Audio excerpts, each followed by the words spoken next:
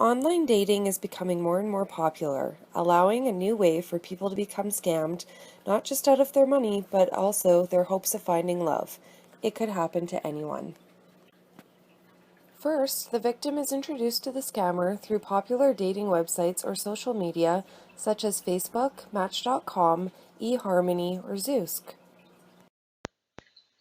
In an interview with W5 News, Dr. Kim Palawick described love bombing as the things that make you tick, the emotional passwords to your heart that the scammer uses to craft themselves into the ideal person for you. The relationship is intense, the scammer revealing feelings of immense love, escalating and drawing in the victim until something happens, usually an emergency from the scammer. Third parties are often used to make a believable story, such as fake doctors requesting money for unpaid bills. The money is needed in large sums, and the deadline is always vital.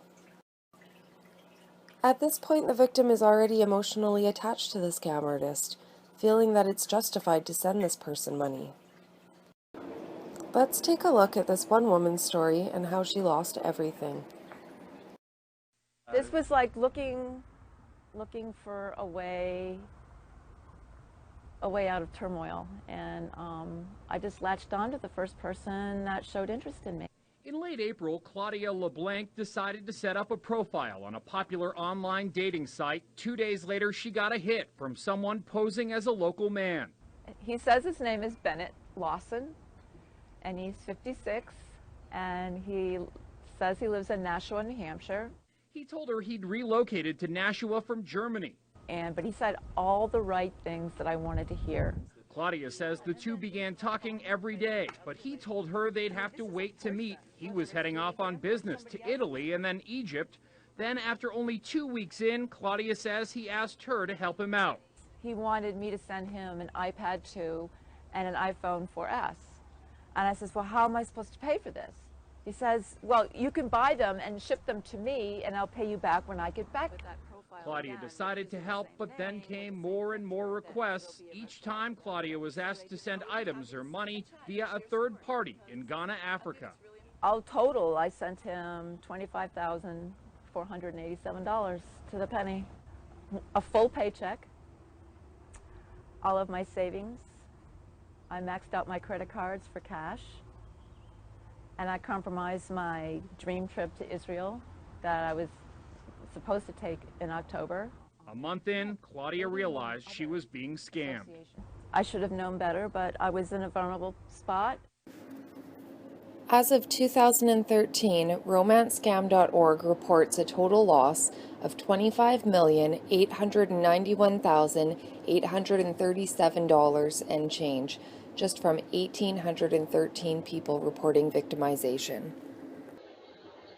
Catfishing is a term used to describe a romance scam in which the fraudster pretends to be someone that they're not on an online dating or social media website for the sole purpose of taking the money or personal information from their targets. Catfishers will often ask you to talk outside of the original meeting place. For instance, if you met on a dating website, they may ask for conversations to be directed to email, text messaging, or a different messenger app. The catfisher claims that they are from your country, but are currently traveling, working, or living abroad. The catfisher often takes a photo straight from a stock image on Google. These photos can sometimes be found on websites like romancescam.org by looking through their database of people that have been reported. Let's have a look at a real catfish example. Despite my 2 marriages, I still believe in love, so I joined an online dating service. An attractive person came on there and said, "You look like you wouldn't hurt a fly." I said, "Wow, this guy's really handsome. I can't believe he's talking to me." He told me early on that he was a widower and that he had 2 daughters, and he was on a business trip to South Africa. Some of the people who are victims are lonely, and that they're in denial about the fact that they're a catfish because they just like the companionship that they're getting from this person online, and revealing the truth would be absolutely devastating to them. I've given Chris money for several reasons. His credit card was stolen. He needed money for calling cards, hotel bills, lawyers. I have sent money to his nanny. His visa expired. The money that I sent was stolen. I've sent Chris money thousands of times. Yeah, it gets worse though. So she owned a condo or an apartment, and she actually sold it in order to be able to wire money to him. I think it was about $550,000 that she got out of selling her home, basically. And look, I don't care how much companionship she's getting. This is wrong, and I wish we could find this guy and actually bring him to justice. But I mean, there are thousands of victims out there like this who fall prey to these types of emails that they get. I mean, she's quoted as saying that an attractive person came on there and said, "Wow, you look like you wouldn't hurt a fly." I said, "Wow, this guy's really handsome. I can't believe he's talking to me." Ooh.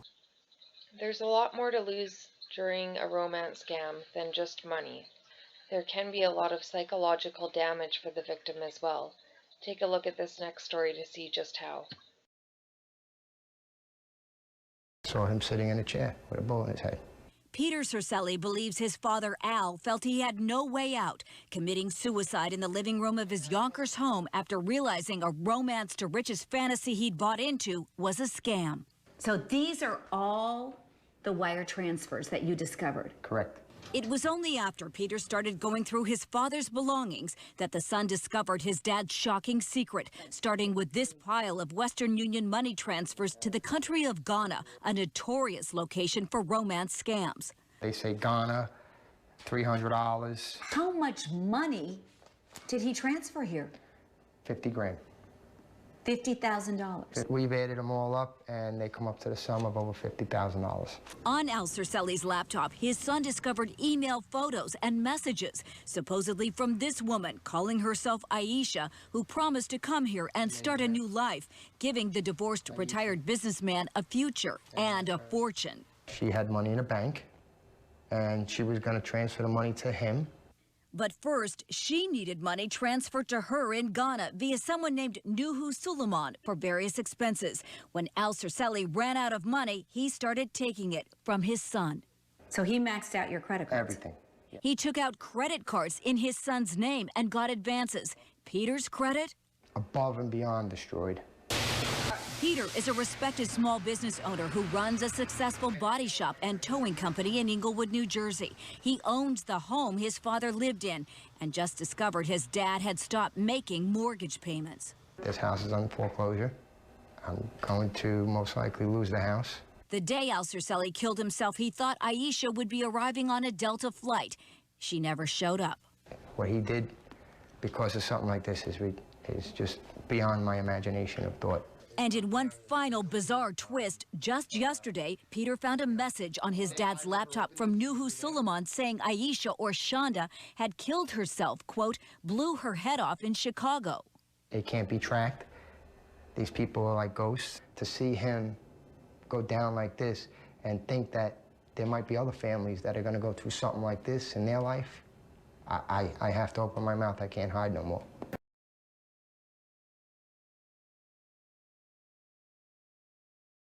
It's not me. Turns out he's a victim too. You see, he's an actor who started a page on MySpace hoping it would get him some work, not relationships. And he had no idea women like Rochelle were getting taken by scammers using his photos. There's been 3 sites in less than a year that I showed up on. Jeff thinks that scammers lifted his pics from MySpace and created a profile on Match.com to lure in innocent women. I feel bad for the women. They felt comfortable trusting this person online with that look. They fell for you? Yeah. Jeff even sent an email to the address listed in the fake profile, telling him to stop. He said, "You'll never stop me in your wildest dreams." And even after Rochelle says she warned Match.com about the love scam, the fake keeps popping up. And I'm scrolling, la la la la la. Oh, there's Jeff Joel. I went, no, no, no, no, no, no, no, no. Weeks later, we could still pull up the phony profile, this time under a different name. I don't want anything to hurt my reputation because this is my business, you know. This is what I do, and my image is all I've got, my reputation is all I got. If they had flagged the picture, it would never have been on, I would never have seen his profile, I would never have been scammed. Andrea Day, Fox 5 News. Through using media, you can see simply posting your pictures online can put yourself in great danger. Scammers often steal pictures from social media websites of common-looking people or of military photos. So what can we do to prevent the scam? Don't tell people personal information such as your last name, where you work, where you live until you've met them in person or are very confident that you know who they are. Take a look at their online photos. Google even has a feature on their website that you can do a reverse photo lookup and see if that picture has ever been used with a different name. Cross-reference the person's name with things like Facebook, LinkedIn, or even romancescams.org. Watch out for suspicious emails. If you think something sounds phony, you can always copy and paste a little bit of it into Google, do a quick search, and see if it comes up flagged from any of the romance scam websites. Turn off your location settings if you're using an app or social media that tracks where you are. If you think you might be the victim of an online romance scam, you can contact your local police department or an online crime reporting website.